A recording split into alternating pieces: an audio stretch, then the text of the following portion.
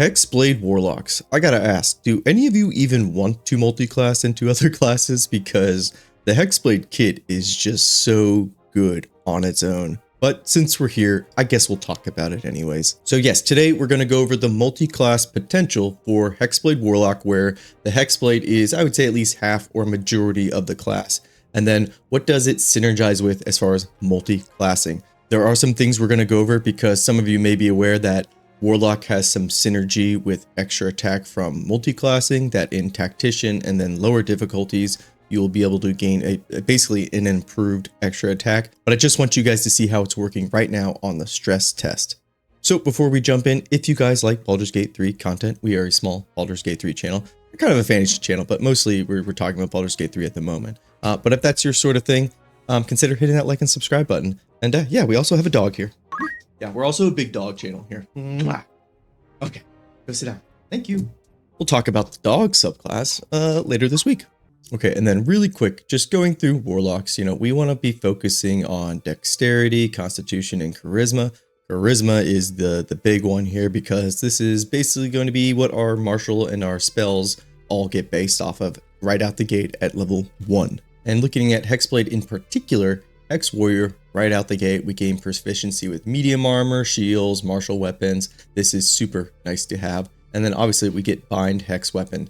Now you'll see at level 3 you picked one of your Pact, and Pact with the Blade, the actual that spell icon, does not show up when you are a Hexblade because Bind Hex Weapon replaces it. You'll see a little bit of that in game, but just know, yeah, this is going to replace Bind Weapon for us, even if you don't pick the Pact with the Blade. And the big ticket item here is Hexblade's Curse. This is what we're going to want to play into, and we just apply this to targets simply by hitting them.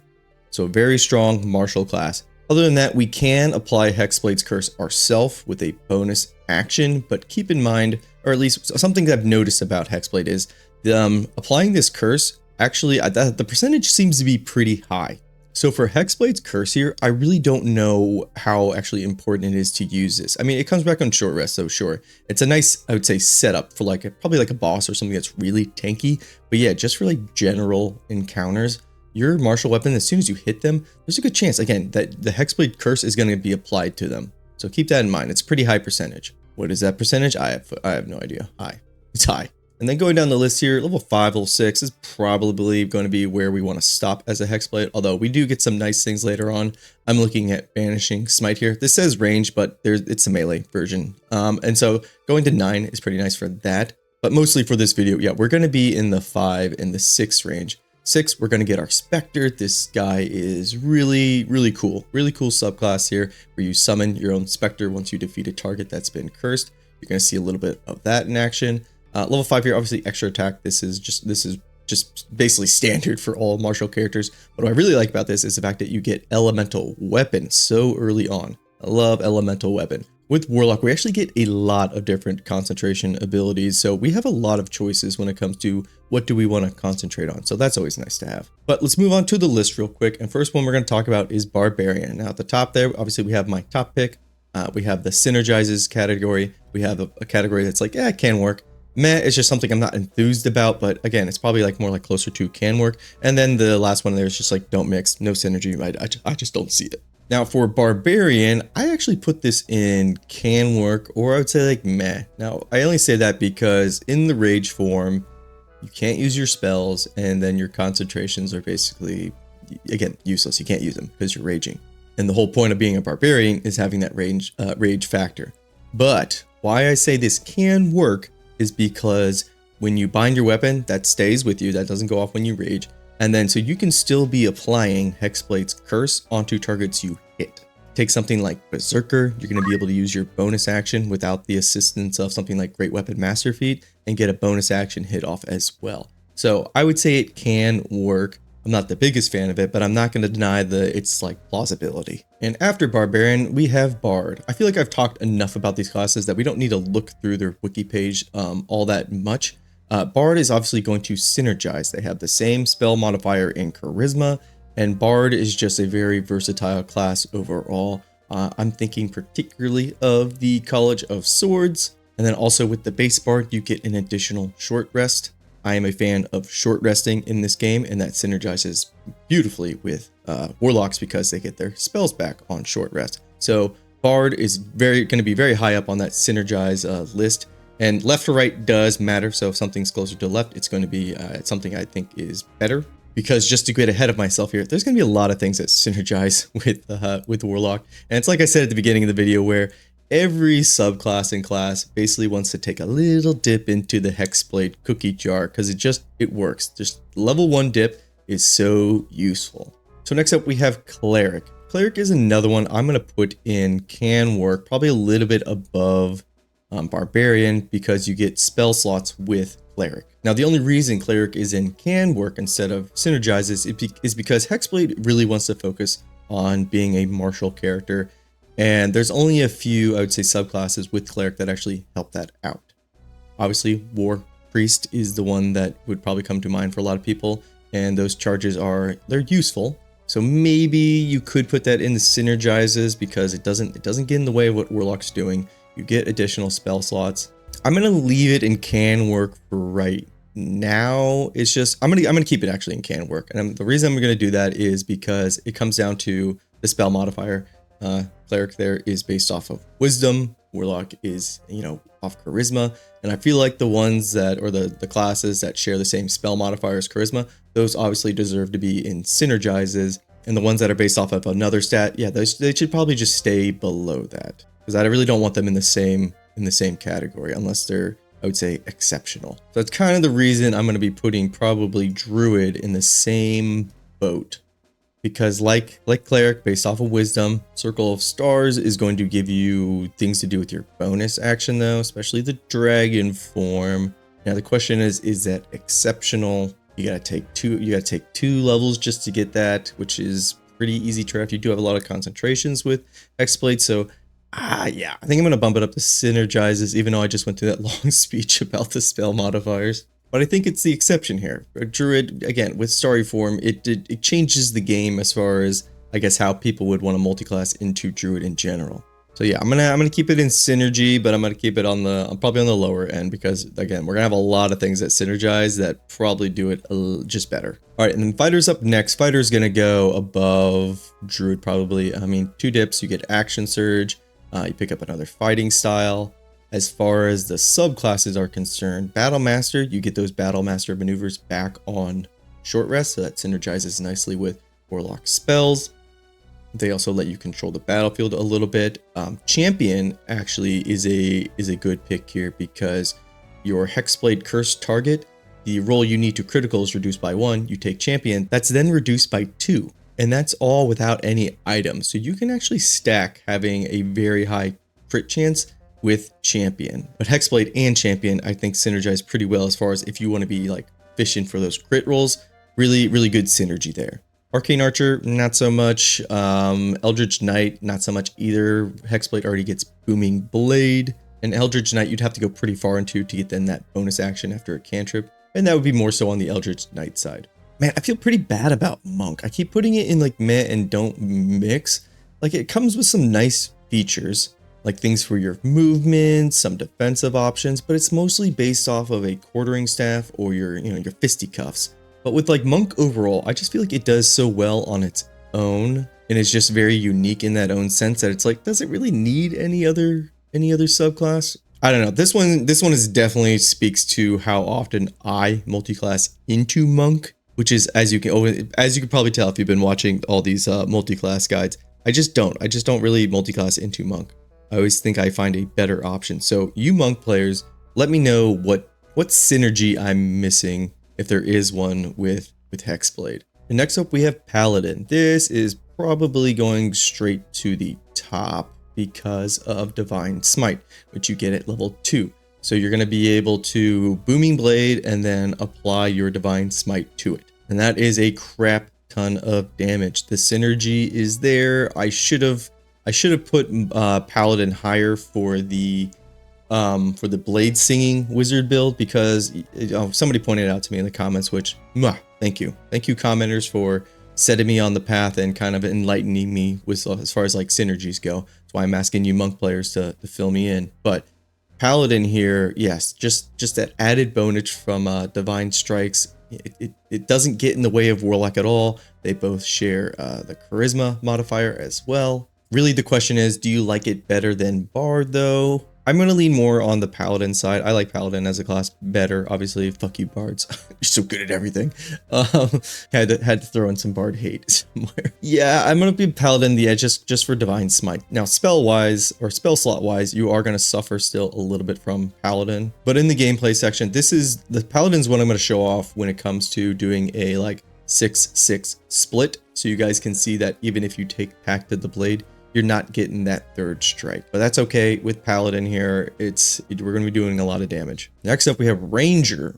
When you take Ranger here, you're going to be able to, basically all the subclasses, maybe not Beastmaster, but Hunter, Gloomstalker, and Swarmkeeper are all going to give you additional benefits when you strike. Kind of like Divine Smite, where they will just add on little ticks of damage. But in the case of Ranger, they're not really going to cost any resources. Now, the question is, do I like Ranger better than Fighter? I don't know. This one's a toss-up between these two.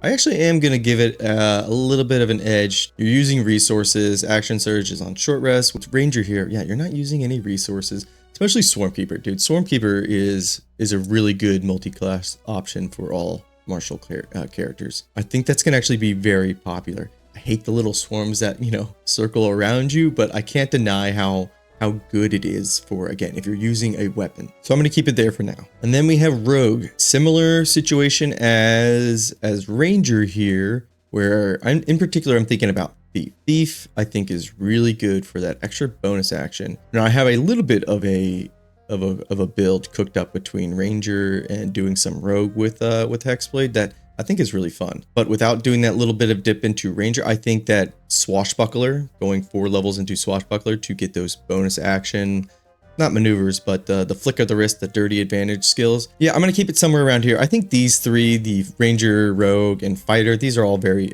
interchangeable. I'm just going to let them stay right here for now. And next up we have Sorcerer. Oh boy, oh boy. This one probably to the top as well. Now, is it more useful than Paladin?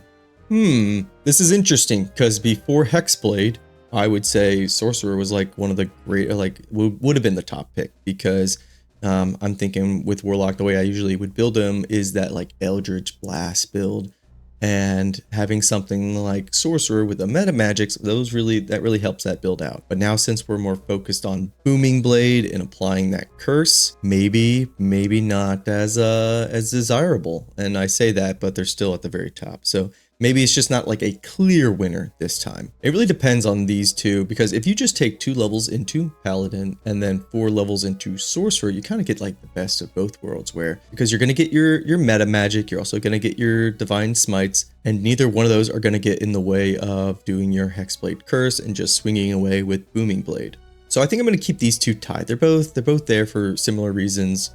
I don't know, you guys let me know how you feel about these two as far as which one you think gets the leg up. Is it Paladin or is it Sorcerer? And last and certainly not least is Wizard. Fuck you, Wizards. You didn't let me into your club. You're going straight to the bin.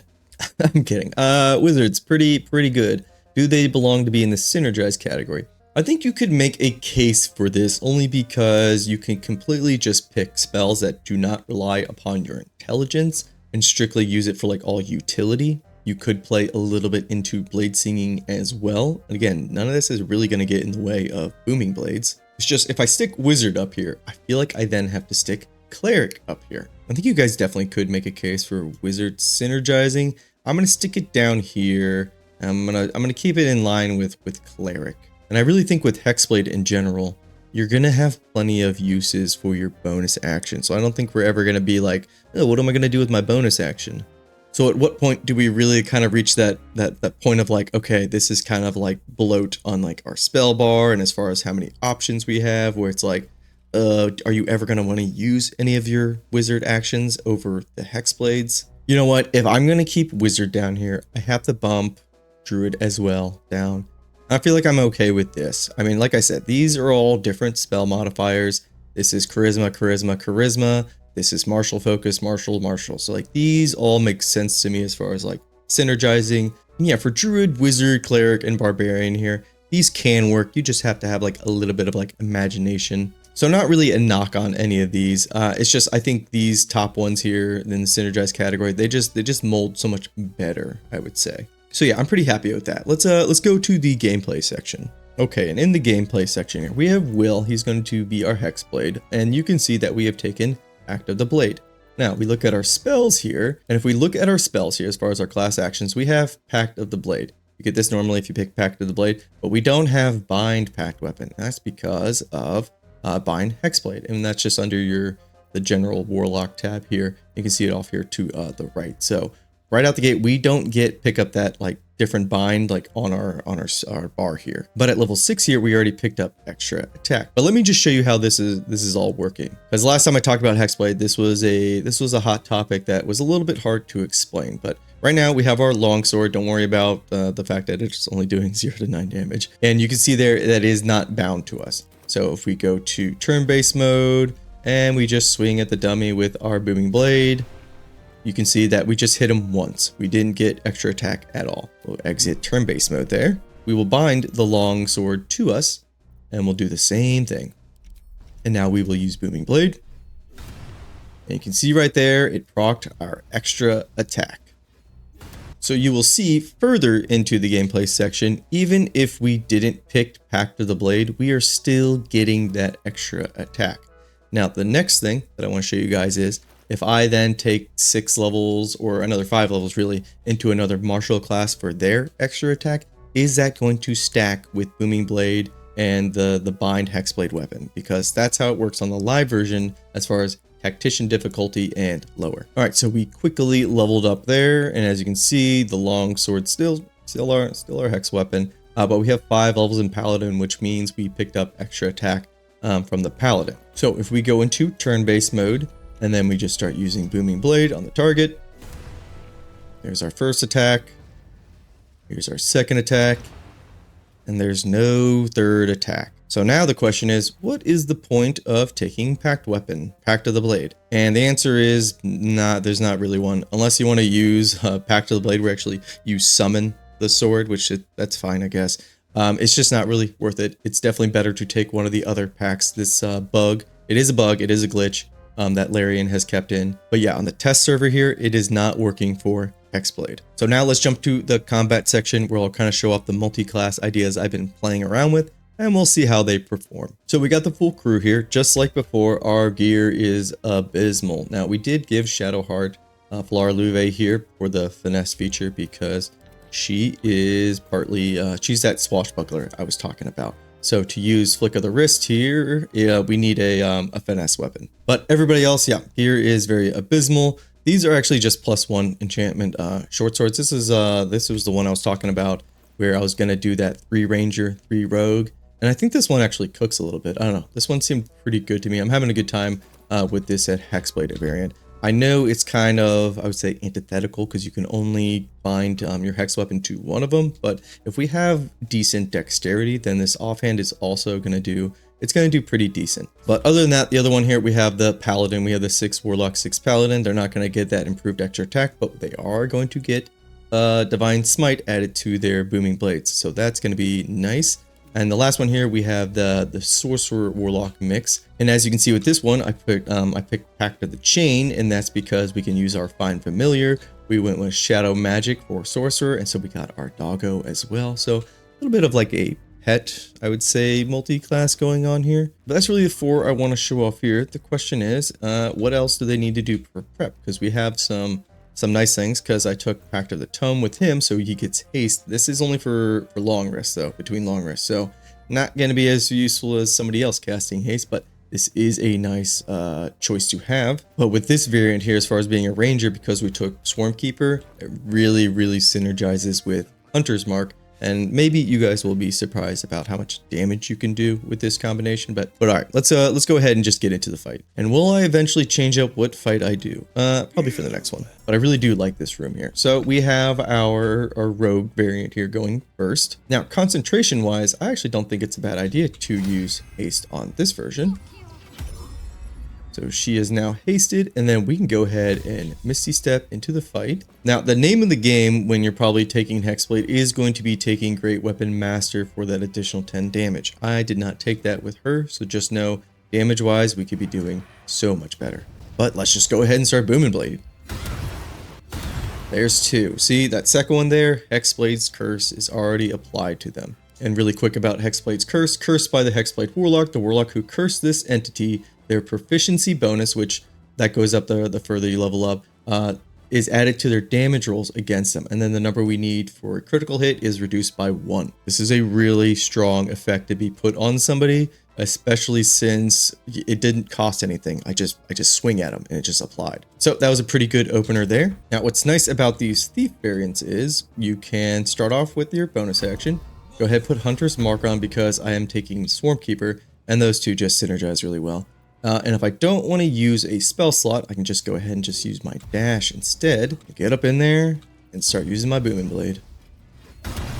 And because we're Swarmkeeper, we could basically get these additional effects here. I wouldn't take teleport. That's more so like a finisher, and then you want to move somewhere else. Shocking Sting, this shock effect. Somebody reminded me how strong shocked is as far as a condition, because they can't use their reaction, which is pretty huge against bosses. But most of the time, you're probably just going to be adding it to your attack there. And because we're Swarmkeeper, we get Prey Scent as well, so we get additional lightning damage. And you can also see right there in the combat log that the Hexblade's curse is being applied to this as well. So this is why I think Swarmkeeper and Hexblade, there's a lot of nice synergy there. So that's a lot of damage for basically a shitty short sword, and we're not even, I would say, in full swing, because ideally you'd want to have Hunter's Mark on them first and not have to use a bonus action to get to them, so that way you would get 3 attacks, and it's basically like a death sentence. And I forgot to mention how easily we just applied Hexblade's curse as well. So like I said,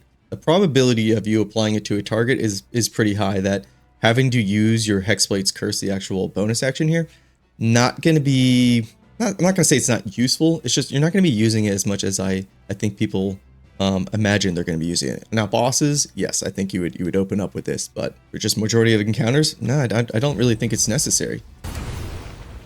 Now, everybody gets their reaction to summon a specter, and I wonder, can they all, is this all no, okay. I thought all 4 of them were going to be able to summon their specters, but no, it's just one at a time.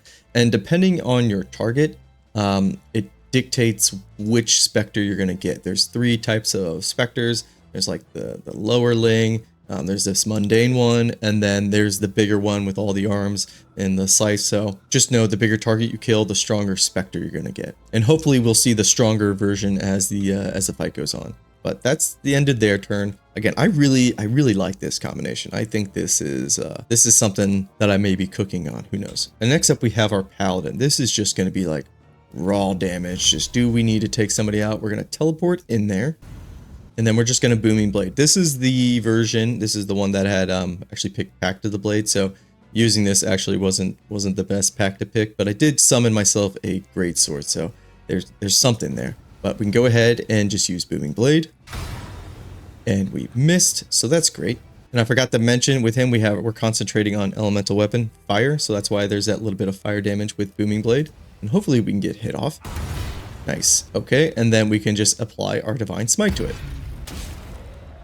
And then the follow-up by the Spectre as well. So really cool there. I'm wondering if the Spectre is going to follow up to all of our Warlocks. No, that wouldn't make sense. It's just going to follow up with Will because he's the one who summoned it. So no, I don't think that's actually going to happen. And then we have Gale here, who is our Sorcerer variant. Now, keep in mind with the Sorcerer variant with Shadow Magic, I can use sorcery points to basically build myself its own little bubble. But that play style of having like Devil's Sight to see through magical darkness, Warlocks already can do that pretty easily at like level 3. So this is just kind of redundant when I did Shadow Magic here. But I mostly picked it for the doggo. And I definitely should have positioned them better to get more into the action.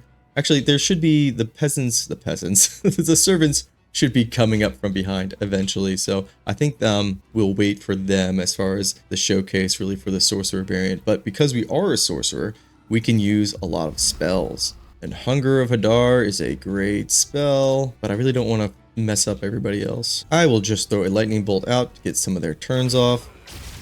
Beautiful. I could then quicken or something like that, but like I said, we're gonna let them wait for a little bit. The enemy's gonna get their turn. Shadowheart lost haste. That's fine. Spectre gets its own turn. And so what's nice about that Spectre devours soul, it heals the respective... Hang on, let's just handle this real quick. Just go ahead. Hellish Rebuke is a really good reaction, just in general. Big fan of it. But anyways, back to what I was saying here. Devour soul from the Spectre here. It will heal your Warlock. So I actually had a case where I took in one Hexblade Warlock and I had my Spectre up and my Warlock was actually downed. And as long as your Spectre's on the field and just like siphoning life to you, your character will continually basically get back up. So it's not like an immediate game over. So I thought that was really handy. But anyways, we're just going to go ahead and take out this werewolf here. If we could hit. Beautiful. And really that's it for the Paladin, because other things you could use the bonus action for Valved Enmity. I probably should have done that first for advantage on attack rolls, so that's a dumb me. Or Inquisitor's Might, this is okay as well, but having advantage on attack rolls is far better. But we're gonna have this version basically just chill for now. Back to our Ranger version here. I just like how much damage they can do. So we're gonna have them get up close to this wolf over here. We're gonna recast or reapply our Hunter's Mark. Now we could sneak attack, but you know, Booming Blade does more damage, so we're just gonna go ahead and do that. And miss. What is up with everybody missing with such high rolls? So pretty good damage there, and we could follow up. We can add our sneak attack, our little modifier on, or we could do more jellyfish. You know what? Let's add the sneak attack. I want to see if the Hexblade's curse. Okay, proficiency is added to that as well. So that is good to know. And then we also have our offhand bonus attack. And because we procced sneak attack first, we now can apply our Cloud of Jellyfish attack. So this is where, again, these two they're synergizing really well with Hexblade. And we applied Hexblade's curse. Again, I'm kind of going over the fact that, yeah, applying Hexblade's curse, not a problem. So we'll go ahead and do more damage. Oof.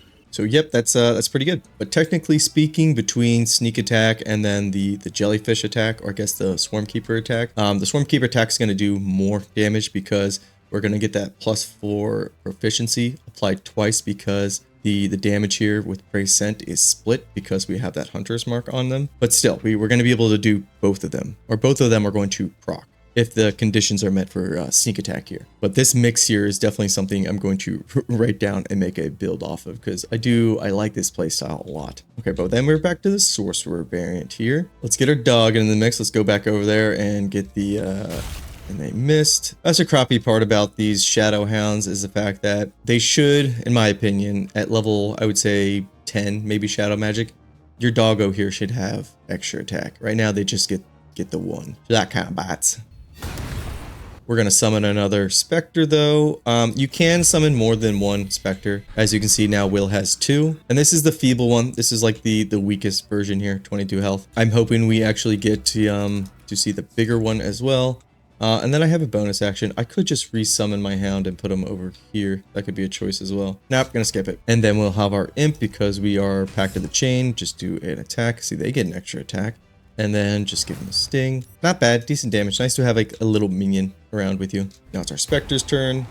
Gonna pluck some life for Will right there. I mean, the nice thing about the Sorcerer variant is the fact that they have so many spells to play with. But it's not like the other variants don't have it either. Shadowheart, you're really taking a beating here. All right, let's show off some of the swashbuckling you can do. We can throw Pocket Sand at them, so we'll go ahead and do that. And then we can go now. Proc Sturdy Advantage. This is only going to work if you have a target like soloed out, which obviously we do not. So poor positioning on my part.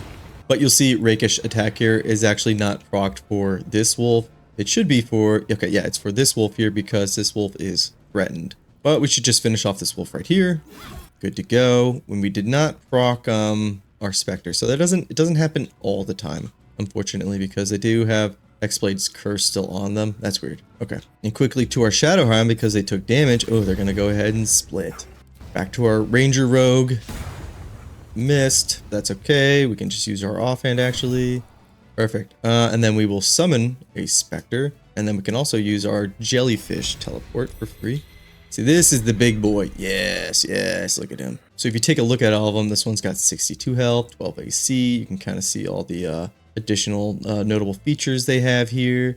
And then if we compare it to the feeble one, you can see obviously a little bit less health, still the same AC, notable features actually similar as well.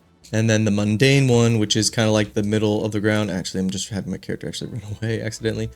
40 health, but again, same feature. So, but we need this guy to get back into the action so we can use our jellyfish teleport. And then we still have a bonus action. Beautiful. And we have our regular action, or our extra attack still. Obviously, you can tell that I have a favorite here, and that is that one over there. I just didn't think it would work very well, but you know, it surprised me. Just gonna go ahead and hand out some booming blades. Beautiful. See, I did not apply Hexblade's curse, so that's interesting. We got the doggos over here. We're not gonna be showing off too much of like the omen and the omen bite, even though that is a nice way to regain sorcery points. We're just gonna use Umbral Tangle for now. Beautiful. Spectre's up. It's a very long range devour right there as well. So kind of an ad fest in here actually. As far as us, we've got all these specters up. We got the doggos splitting over there. We got our familiar. So this can be a silly goose time. Let's see, who do we have left that we want to show off anything with? We have shown off the Ranger Rogue, I think, enough. Hopefully you guys are a little bit impressed. Now, obviously, we have some more spells down here that I haven't been utilizing, like Mirror Image. That's a good one. Armor of Agathis. That's a good one. Hex, I would actually stay away from if you're going to do this Ranger variant, obviously, because there's a lot more synergy with Hunter's Mark. But really, really strong overall, so I don't think I need to show them off anymore. So you can see with this Sorcerer variant here, we have a lot of different spells we could be utilizing, but this is what I was trying to mention earlier before with the Wizard and the Cleric and the Druid, is the fact that we really don't need to take much of what those subclasses and classes are offering, because at some point it's gonna become bloat. And I think Sorcerer here is like right on the cusp of being like kind of bloated, but also every encounter is different. So maybe in this encounter, obviously using some of these spells, maybe not as useful. It's just this Booming Blade, extra attack, and then applying the Hex Curse. It's really effective all on its own. So I'm not going to say having these additional spell slots, it's not useful, or you know, you're not going to have synergy with them. It's just, as far as the spellcasters are concerned, obviously I think Sorcerer is just the clear winner out of all the major spellcasters. But we're going to go ahead and we're just going to teleport in there, because this would be part of like the gameplay style if you do take, again, like a 6 and 6 and go Shadow Magic, is you're just fighting alongside your dogs here, which who doesn't love that? And you just Booming Blade your way to victory. Now with a lot of these, I didn't take Great Weapon Master with him as well. That would bump up our damage a ton. And of course, having something like this basic longsword isn't doing us any favors. We're just going to be skipping everybody's attack. We're going to go ahead and give him a little chomp. Who's going to end the fight? Is one of the specters? I think because it's in a different room. I don't know why. These guys are like bugged out. They're not doing anything. Interesting. I wonder if it's just because this guy's in the other room that these specters are like, we're just chilling. But this is our Swashbuckler variant here. We can go ahead and just use Vicious Mockery, and this should kill him. Yeah, talking shit. So like I said at the beginning of the video, it's like, hey, Hexblades, are you really gonna wanna multi-class into anything? Because your base kit is just, it's so damn good. You get Life Drinker later on, I think at level 12. So good. But I did think this Ranger Rogue variant here, this was a lot of fun. Definitely a different playstyle, especially if you want to do maybe 2 weapon fighting instead of just sticking to something like a great sword or a long sword. So let me know what you guys are looking forward to as far as Hexblade multi-classing, and hopefully you kind of got an idea of what really like synergizes here. But yeah, that's the video overall. Next up, I think we're going to talk about Shadow Magic Sorcerer, so expect to see some more doggo action. But yeah, we're going to try to see, as far as Shadow Magic is concerned, what makes it tick when it comes to multi-classing. See if we can find any like diamonds in the rough as far as like builds. But anyways, that's the video. If you made it this far, thank you very much, and I will see you next time. Peace and take care.